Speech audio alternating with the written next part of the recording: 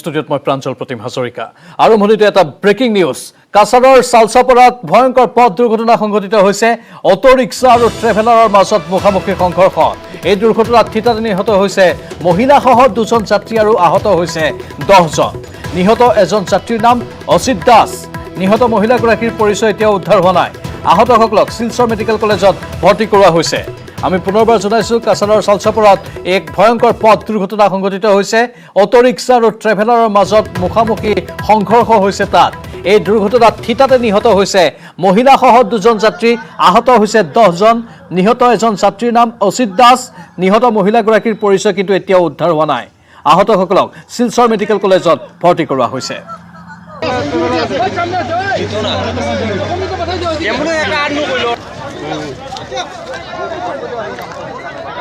দুগু মানুহ মৰি গৈছে তো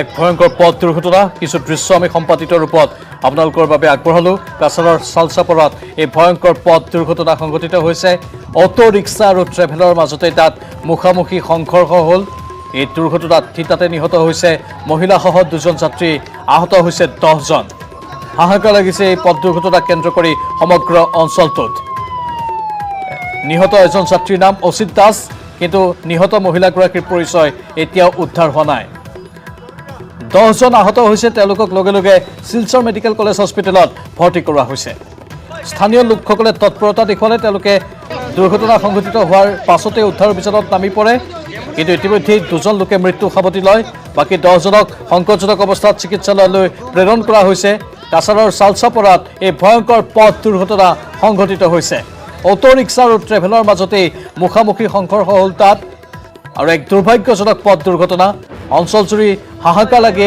এই দুৰ্ঘটনাৰ পাছত থিতাতে নিহত হৈছে মহিলাসহ দুজন যাত্ৰী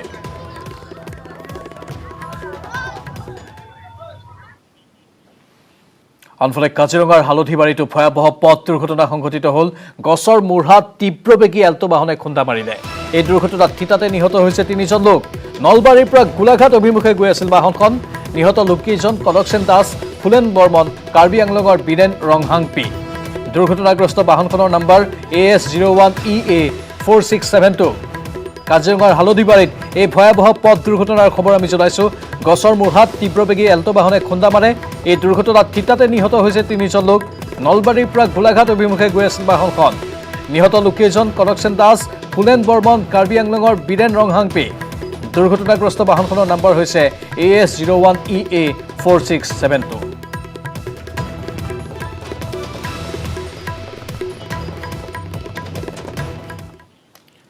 জম্মু কাশ্মীৰত উগ্ৰপন্থী নিৰাপত্তাৰক্ষীৰ তুমুল সংঘৰ্ষ কাশ্মীৰৰ সোপিয়ানত সেনাৰ গুলীত নিহত হৈছে 3 সন্ত্ৰাসবাদী সেনাৰ গুলীত নিহত 3 সন্ত্ৰাসবাদী লস্কৰী তৈবাৰ সদস্য নিহত 3 সন্ত্ৰাসবাদী কেইটাৰ পৰা উদ্ধাৰ কৰা হৈছে মাৰণাস্ত্ৰসহ বিস্ফোৰক সামগ্ৰী সমগ্ৰ অঞ্চলটোতে সেনাই অভিযান বৰ্তমানে অব্যাহত ৰাখিছে জম্মু কাশ্মীৰত উগ্ৰপন্থী আৰু নিৰাপত্তাৰক্ষীৰ তুমুল সংঘৰ্ষৰ খবৰ আমি জনাইছো কাশ্মীৰৰ সোপিয়ানত সেনাৰ গুলীত নিহত হৈছে 3 সন্ত্ৰাসবাদী সেনাৰ গুলীত নিহত 3 সন্ত্ৰাসবাদী লস্কৰী তৈবাৰ সদস্য নিহত 3 সন্ত্ৰাসবাদী কেইটাৰ পৰা উদ্ধাৰ কৰা হৈছে মাৰণাস্ত্ৰসহ বিস্ফোৰক সামগ্ৰী সমগ্ৰ অঞ্চলটোতে সেনাই অভিযান অব্যাহত ৰাখিছে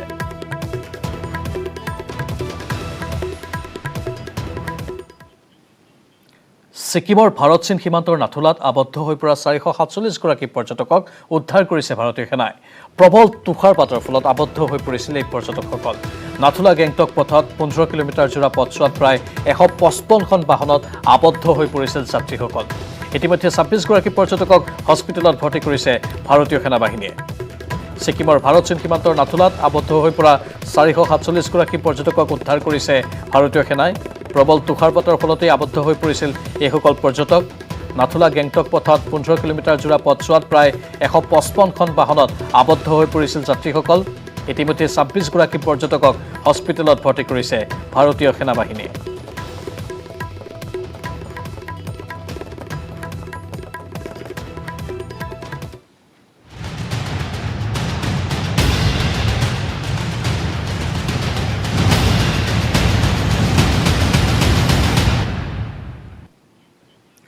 পুনৰ শিৰোনামত অসম চুক্তিৰ ৬ নম্বৰ দফা মন্ত্ৰী হিমন্ত বিশ্ব শৰ্মাৰ এটা মন্তব্যৰ পিছতে ৰাজ্যত দফা ৬ৰ ধুমুহা বলিছে হিমন্ত বিশ্বৰ মন্তব্য ৬ নম্বৰ দফা ৰূপায়ণ কমিটিৰ পৰামৰ্শ কাৰ্যকৰী কৰাটো অসম্ভৱ আইনমতে সম্ভৱ নহয় কমিটিৰ পৰামৰ্শ ৰূপায়ণ কমিটিৰ আসন সংৰক্ষণৰ পৰামৰ্শ ৰূপায়ণ কৰাটো অসম্ভৱ চৰকাৰী চাকৰিত ১০০% সংৰক্ষণৰ পৰামৰ্শ দিছিল কমিটিয়ে ৫০%ৰ অধিক আসন সংৰক্ষণৰ সংবিধানৰ বাহিৰত সমান্তৰালভাৱে সমষ্টিত যি বিশেষকৈ অসমীয়াৰ সংৰক্ষণৰ বাবে বিশেষ আৰ্জি কৰা হৈছিল বা তাত বিশেষভাৱে এই বিষয়টো উত্থাপন কৰা হৈছিল সেইটো অসম্ভৱ বুলি মন্ত্ৰী হিমন্ত বিশ্ব শৰ্মাই মন্তব্য প্ৰকাশ কৰিছে আৰু তাৰ পাছতেই তীব্ৰ প্ৰতিক্ৰিয়াৰ সৃষ্টি হৈছে ৬ নম্বৰ দফা ৰূপায়ণ কৰি আছো কিন্তু কমিটিৰ পৰামৰ্শ ৰূপায়ণ কৰিব নোৱাৰি কমিটিৰ পৰামৰ্শ কমিটিৰ আশা বা দাবী বুলিহে আখ্যা দিছে হিমন্ত বিশ্ব শৰ্মাই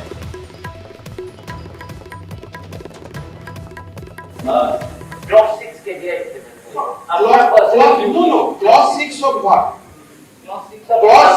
Clause 6 of Assam Accord কেতিয়া implement কৰিব লাগিলে মই কম next immediately. But আপুনি যদি কয় recommendation of this expert বুলি then I have my reservation. Expert of But there is a difference. Because the recommendation given by the Clause 6 committee are far from the legal realities of this country. They have recommended certain things which Supreme Court of India has said that you cannot do this. So how can I implement certain things? Moi keneke teolokor recommended could implement korim job Supreme Court e koise tumi nwara koribo. So either Supreme Court ok bujabo lagibo নহলে legal luminaries sokolor paramorkho lobo lagibo. Clause 6 committee jikhon expert committee asil teolokor nije janisil je ami kenekwa paramorkho disu ebor এই government implement কৰিব নোৱাৰে সেইকাৰণে তাতে লিখি দিছে যে আপোনালোকে লিগেলক আৰু স্টাডি কৰিব আমি যিবোৰ ৰিকমেন্ডেশন দিছো in a way those are transitional advice those are advice which are basically uh মই তো ভাবো those were not recommendation those were they are expectation ইয়া রিকমেন্ডেশন হলে তো they would have consult supreme court judgement 50% এর উপর তো কোনো রিজার্ভেশন হ'ব নোৱাৰে বুলি there is a judgment from constitution bench Yeah, recommend Korea 100%. So how can somebody force me to defy Supreme Court of India? I cannot. This clause 6 should be implemented, but recommendation of the clause 6 committee should not be implemented till it is vetted by আৰু ইয়াৰ পিছতে অসম চুক্তি সন্দৰ্ভত পুনৰ সৰব হৈ পৰিছে সদৌ অসম ছাত্ৰ সন্থা অসম চুক্তি আখৰে আখৰে পালন হ'বই লাগিব চুক্তিৰ প্ৰতিটো দফা ৰূপায়ণ নোহোৱালৈ ক্ষান্ত নোহোৱাৰ হুংকাৰ দিলে সদৌ অসম ছাত্ৰ সন্থাই বৃহস্পতিবাৰে এক সংবাদমেলৰ আয়োজন কৰি এই মন্তব্য কৰে সভাপতি দীপাংক নাথে বিপ্লৱ শৰ্মাৰ উচ্চস্তৰীয় সমিতিৰ প্ৰতিবেদন গ্ৰহণ নকৰিলে কেন্দ্ৰই সেইবাবেই মুখ্যমন্ত্ৰীৰ হাততেই প্ৰতিবেদন থাকি গ'ল বুলিও মন্তব্য কৰে সভাপতিজনে অসম চুক্তি সন্দৰ্ভত এজন মন্ত্ৰীয়ে কৰা মন্তব্যক দুৰ্ভাগ্যজনক আখ্যা দিছে আছুৱে নিৰ্দিষ্ট সময়ৰ ভিতৰত অসম চুক্তিৰ ৬ নম্বৰ দফা ৰূপায়ণ সমিতিৰ প্ৰতিবেদনখন যুগুত কৰি দাখিল কৰা হৈছিল আৰু যোৱা বছৰ ২৫ ফেব্ৰুৱাৰী তাৰিখে অসমৰ মুখ্যমন্ত্ৰীৰ ওচৰত এই প্ৰতিবেদন দিয়া হৈছিল এটা বছৰ হ'ব আৰু কেইদিনমান বাকী আছে এতিয়ালৈকে মুখ্যমন্ত্ৰীয়ে কেন্দ্ৰীয় গৃহমন্ত্ৰীৰ ওচৰত প্ৰতিবেদনখন দাখিল কৰিব পৰা নাই আৰু এই বিষয়টো এগৰাকী তেখেতৰ মন্ত্ৰী পৰিষদৰ এগৰাকী বিশ্বস্ত মন্ত্ৰীৰ দ্বাৰা এই কথাটো যোৱাকালি সংবাদমেল যোগে তেওঁ কৈছে যে প্ৰতিবেদনখনত বিভিন্ন ধৰণৰ সাংবিধানিক সালসলনি কৰিব লাগিব গোটেই কথাটো এই কাৰণে কৈছো যে এই কথাটো ক'ব কাৰণে তেখেতে এখতিয়াৰৰ বাহিৰত কথাটো কৈছে কাৰণ অসম চুক্তিৰ ৬ নম্বৰ দফা সমিতিৰ যেটো ৰিপোৰ্ট প্ৰস্তুত কৰা হৈছিল সেই প্ৰস্তুত কৰা সময়ত এই কথাটো স্পষ্টকৈ কোৱা হৈছিল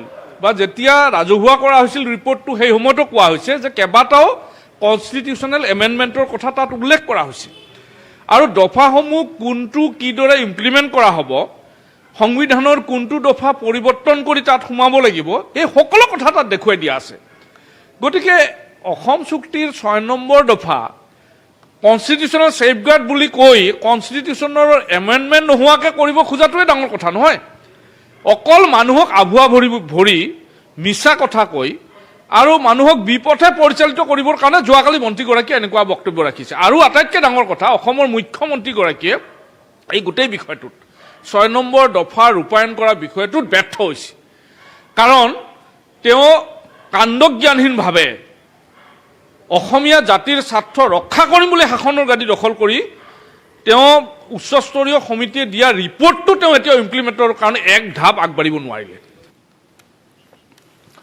সংবিধানৰ দোহাই দি যিগৰাকী মন্ত্ৰী হিমন্ত বিশ্ব শৰ্মাই কমিটিৰ পৰামৰ্শ ৰূপায়ণ কৰাটো অসম্ভৱ বুলি নতুনকৈ অসমবাসীক বুজাব বিচাৰিছে, সেইগৰাকী মন্ত্ৰীয়ে সংবিধানৰ ৩৭১ অনুচ্ছেদৰ অধীনত কমিটিৰ পৰামৰ্শ ৰূপায়ণৰ বাবে চৰকাৰ আগ্ৰহী বুলিও এটা সময়ত মন্তব্য কৰিছিল। কি কৈছিল তেতিয়া শুনাই লৈছো। ৰিকমেণ্ডেশ্যন দিয়াৰ পিছত ইয়াৰ গোটেই ৰিকমেণ্ডেশ্যনখিনি সংবিধানৰ ৩৭১ নম্বৰ ধাৰাত ইয়াক সন্নিৱিষ্ট কৰিব লাগে, যাতে এই লিগেল চেলেঞ্জৰ ওপৰত থাকে, আইনী প্ৰক্ৰিয়াই যাতে এইখিনিক চেলেঞ্জ কৰিব নোৱাৰে। তাৰ কাৰণে এই গোটেই ৰিকমেণ্ডেশ্যনখিনিক আৰ্টিকল 371 যেনেকৈ ছিকিম নাগালেণ্ডৰ কাৰণে বিশেষ প্ৰাৱধান আছে সংবিধানত, সেই আৰ্টিকল 371ৰ অন্তৰ্ভুক্ত কৰিব লাগে। মৌলিকভাৱে প্ৰধানমন্ত্ৰী ডাঙৰীয়া এই দিশতো সন্মত হৈছিল যে কমিটিয়ে যদি ৰিকমেণ্ডেশ্যন কৰে যে all this should be part of article 371 of the constitution, তেতিয়া ভাৰত চৰকাৰে সেই দিশতো বিবেচনা কৰিবলৈ সাজু আছে, কিন্তু কমিটিখনে সেই বিষয়ে ৰিকমেণ্ডেশ্যন কৰিব লাগিব। অৰ্থাৎ হিমন্ত বিশ্ব শৰ্মা এটা সময়ত এনেধৰণেও কৈছিল, কিন্তু এতিয়া যেন কথাৰ সুৰ কিছু সলনি হৈছে। আনফালে সংবিধান সংশোধন কৰি হ'লেও অসম চুক্তিৰ ৬ নম্বৰ দফা ৰূপায়ণ কৰাৰ প্ৰতিশ্ৰুতি দিছিল বিজেপি চৰকাৰে। মন্ত্ৰী চন্দ্ৰমোহন পাটোৱাৰীয়ে বিধানসভাৰ বিশেষ অধিৱেশনত এই মন্তব্য এটা সময়ত প্ৰকাশ কৰিছিল। ভাৰতবৰ্ষৰ মাননীয় গৃহমন্ত্ৰী ৰাজনাথ সিং ডাঙৰীয়া আহি গুৱাহাটীতো কৈ গ'ল যে আমি অসম চুক্তিৰ ৬ নম্বৰ ক্লজ আমি ইমপ্লিমেণ্ট কৰিম, আৰু তাৰ কাৰণে যদি কনষ্টিটিউশ্যন এমেণ্ডমেণ্ট কৰিব লাগে আমি কনষ্টিটিউশ্যন এমেণ্ডমেণ্টো কৰিম। আজিৰ দিনটোত আমাৰ এইটোৱেই ভাল কথা যে ক্লজ ৬ নম্বৰ ক্লজ মতে অসমত আজি বিধানসভাসমূহত ৰিজাৰ্ভেশ্যনৰ কথা থাকিব, যিবিলাক নিকায় নিগম থাকিব পঞ্চায়তকে আৰম্ভ কৰি তাত ৰিজাৰ্ভেশ্যনৰ কথা থাকিব অসমৰ খিলঞ্জীয়া মানুহৰ, অসমৰ থলুৱা মানুহৰ, আৰু তাৰ উপৰি চাকৰি বাকৰিৰ ক্ষেত্ৰতো এইবিলাক থাকিব। তাৰ উপৰিও আমাৰ মাজতে আমাৰ মাননীয় সদস্যগৰাকীয়ে এদিন কৈছিল ইয়াতে বিধানসভাত যে ক্লজ 5 ইমপ্লিমেণ্ট নকৰাকৈ ক্লজ 6 কেনেকৈ হ'ব। ক্লজ 5 ইতিমধ্যে ইমপ্লিমেণ্ট কৰাৰ ইয়াত দীঘলীয়া তালিকা এখন দিছোঁ, মই সেইটো নকওঁ, সেইটো বহুত দীঘলীয়া হৈ যাব এইখিনি কথা ক'লে, আৰু প্ৰশ্নটো আছে লিখিতভাৱে। আৰু তাতকৈ ডাঙৰ কথা হ'ল যে ক্লজ 5ত যিটো আছে যে ডিটেকশ্যন, ডিলিশ্যন এণ্ড ডিপৰ্টেশ্যন, 3D আছে তাতে। তো ডিটেকশ্যন, ডিলিশ্যন এণ্ড ডিপৰ্টেশ্যন, তো এই যিটো বিষয় আছে এই বিষয়টো হ'ব লাগিলে আমাৰ ভিত্তি বছৰতো আমাৰ 71-25 মাৰ্চ হৈছে, কিন্তু পৰৱৰ্তী দিনত 1987তো চিটিজেনশ্বিপ বিল এমেণ্ড হৈছে, তাতো আকৌ 71ৰ যিটো ক্লজ, 71ৰ ভিত্তি বছৰ তাতো অলপ খেলি মেলি হৈছে। 2003তো এমেণ্ডমেণ্ট হৈছে, তাতো খেলি মেলি হৈছে। ৰাজ্য চৰকাৰখনক এই সম্পৰ্কত আমি গোটেইখিনি আমি সকলোৰে লগত আলোচনা কৰি আমি এটা মডেল আমি এটা বনাইছোঁ, আৰু বনাই আমি ভাৰত চৰকাৰকো দিছোঁ। আৰু অধ্যক্ষ ডাঙৰীয়া আপুনি শুনি সুখ পাব যে ভাৰত চৰকাৰে এখন উচ্চ পৰ্যায়ৰ কমিটি গঠন কৰিছে। For the first time union কেবিনেটত এইটো এটা সিদ্ধান্ত হৈছে। গতিকে এই সিদ্ধান্তটো আচলতে আমি আজি হাউচে আমি সকলোৱে ইৰেছপেক্টিভ অফ এনি পলিটিকেল আইডিঅলজি আমি ভাৰত চৰকাৰক আমি এই হাউচৰ পৰা এটা ধন্যবাদ দিব লাগে যে অসমৰ সুৰক্ষাৰ কথা আজি ভাৰত চৰকাৰে চিন্তা কৰিছে। হৈছে এক নৃশংস হত্যাকাণ্ড। অমীৰ ভূমিজ নামৰ এজনে চুকাদাৰে ঘপিয়াই হত্যা কৰে গৌতম মল্লিকক। হালনা চাহ বাগিচাৰ পোষ্ট অফিচ লাইনৰ সমীপত সংঘটিত হয় এই নৃশংস হত্যাকাণ্ড। এই ঘটনা সংঘটিত কৰি হালনা আৰক্ষী চকীত আত্মসমৰ্পণ হত্যাকাৰী অমীৰ ভূমিজৰ। এটা সৰু কথাত লগা তৰ্কাতৰ্কিৰ বাবে এই হত্যাকাণ্ড সংঘটিত কৰে। অভিযোগ মতে নিহত গৌতম মল্লিক ঘৰৰ কোনো সদস্যই প্ৰতিবেশী অমীৰ ভূমিজৰ ঘৰত বেপাৰীক বিক্ৰী কৰিবৰ বাবে গোটাই থোৱা সৰা চুলি চুৰি কৰিছিল। এই কথাক লৈ লগা কাজিয়াৰ মাজতেই চুলাইমতৰ ৰাগীত মাতাল অমীৰ ভূমিজে হাতত চাহগছ কলম দিয়া চুকাদাৰে ঘপিয়াই হত্যা কৰে গৌতম মল্লিকক।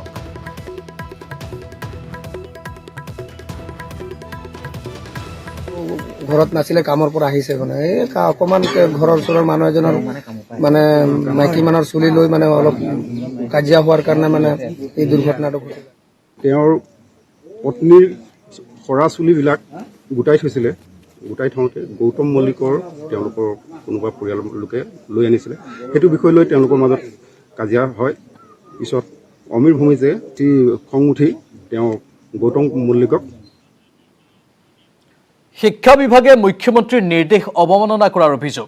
এই গুৰুতৰ অভিযোগ অসম ৰাজ্যিক প্ৰাথমিক শিক্ষক সন্মিলনীৰ প্ৰধান সম্পাদক ৰাতুল বৰাই কৰিছে। এই গুৰুতৰ অভিযোগ প্ৰাথমিক বিদ্যালয়ত প্ৰধান শিক্ষকৰ পদ সৃষ্টি, স্নাতক শিক্ষকৰ বকেয়া আদায়কে ধৰি বহু দাবীৰে শিক্ষকসকলে আন্দোলন কৰি আহিছে, কিন্তু আজিও এই দাবী পূৰণ নহ'ল, যাৰ বাবে আজিও নহ'ল প্ৰাথমিক বিদ্যালয়ৰ প্ৰধান শিক্ষকৰ পদ।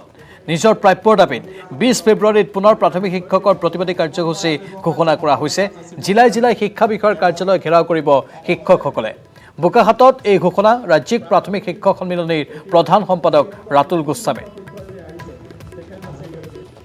যোৱা 30 ডিচেম্বৰ 2019 তাৰিখে মুখ্যমন্ত্ৰী ডাঙৰীয়াই ৰাজ্যৰ শিক্ষা আৰু বিত্ত বিভাগক দুটা দায়িত্ব দিছিল যে ৰাজ্যৰ প্ৰাথমিক বিদ্যালয়ৰ প্ৰধান শিক্ষকসকলৰ পদটো সৃষ্টি কৰক আৰু স্নাতকসকলে হেৰুৱা গ্ৰেড পেটো ঘূৰাই দিয়াৰ বাবে ব্যৱস্থা গ্ৰহণ কৰক। এবছৰ পাৰ হৈ যোৱাৰ পিছত মুখ্যমন্ত্ৰীৰ নিৰ্দেশ কাৰ্যকৰী হোৱা নাই। এয়া অসমৰ জনসাধাৰণৰ কাৰণে আটাইতকৈ গুৰুত্বপূৰ্ণ প্ৰশ্ন হিচাপে আমি চিহ্নিত কৰিছোঁ। এইকাৰণেই যে মুখ্যমন্ত্ৰীৰ আসনখনৰ গৰিমা ৰক্ষা হোৱাটো আমি জনসাধাৰণ হিচাপে প্ৰত্যেকেই বিচাৰোঁ। মূল্যবৃদ্ধিৰ বিৰুদ্ধে আছুৰ প্ৰতিবাদী কাৰ্যসূচী। অত্যাৱশ্যকীয় সামগ্ৰীৰ মূল্যবৃদ্ধিৰ প্ৰতিবাদত বিক্ষোভ কাৰ্যসূচী। দীঘলী পুখুৰীৰ পাৰত দুঘণ্টীয়া বিক্ষোভ সদৌ অসম ছাত্ৰ সন্থাৰ। ৰন্ধন গেছ, পেট্ৰলজাত সামগ্ৰী আৰু অত্যাৱশ্যকীয় সামগ্ৰীৰ মূল্যবৃদ্ধিৰ বাবে চৰকাৰক ধিক্কাৰ দিছে আছুৱে। মূল্যবৃদ্ধিৰ বিৰুদ্ধে এই প্ৰতিবাদ সদৌ অসম ছাত্ৰ সন্থাৰ। অত্যাৱশ্যকীয় সামগ্ৰীৰ মূল্যবৃদ্ধিৰ প্ৰতিবাদত বিক্ষোভ কাৰ্যসূচী ৰূপায়ণ কৰা হ'ল। দীঘলী পুখুৰীৰ পাৰত দুঘণ্টীয়া বিক্ষোভ কাৰ্যসূচী সদৌ অসম ছাত্ৰ সন্থাৰ। ৰন্ধন গেছ, পেট্ৰলজাত সামগ্ৰী আৰু অত্যাৱশ্যকীয় সামগ্ৰীৰ মূল্যবৃদ্ধিৰ বাবে চৰকাৰক ধিক্কাৰ গৰিহণা দিছে সদৌ অসম ছাত্ৰ সন্থাই।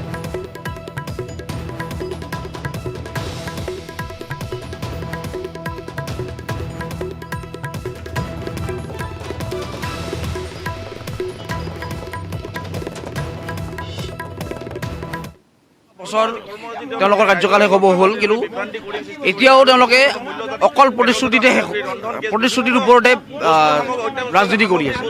গতিকে আজি সদৌ অসম ছাত্ৰ সন্থাই আমি আহ্বান মৰ্মে গুৱাহাটী মহানগৰীত আমি বিক্ষোভ কাৰ্যসূচী গ্ৰহণ কৰিছোঁ আৰু এই বিক্ষোভ কাৰ্যসূচীত আমি প্ৰতিবাদ জনাব বিচাৰিছোঁ আৰু অতি শীঘ্ৰে মূল্য বৃদ্ধি ৰোধৰ কাৰণে আমি যি ব্যৱস্থা চৰকাৰৰ ব্যৱস্থা ল'বৰ কাৰণে আমি অনুৰোধ জনাইছোঁ।